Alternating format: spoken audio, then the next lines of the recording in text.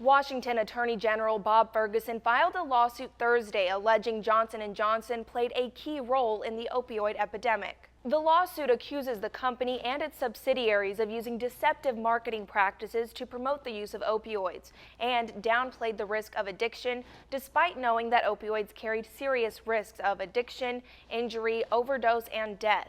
It goes on to allege the company convinced doctors that the drugs were effective pain relievers and that the adverse effects were overstated and manageable. The Attorney General's office says in 2011 there were enough opioids dispensed in Washington for every person to have a 16-day supply.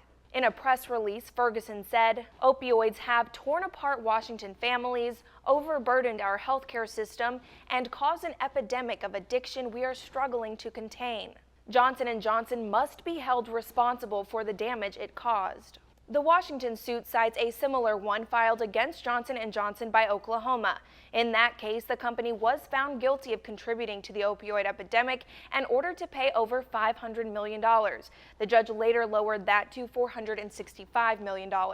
And in October, the company reached a roughly $20 million settlement with a few counties in Ohio. After the Oklahoma ruling, Johnson & Johnson denied any wrongdoing. The company said it was appropriate and responsible with marketing and promoting its painkillers. The Washington lawsuit seeks civil penalties and damages. Attorney General Ferguson also requested that Johnson & Johnson forfeit the potentially millions of dollars it made in Washington for its allegedly illegal conduct. Back in March, Ferguson filed a lawsuit against the three largest U.S. opioid distributors, and in 2017, Ferguson sued OxyContin maker Purdue Pharma. His office says that case is ongoing.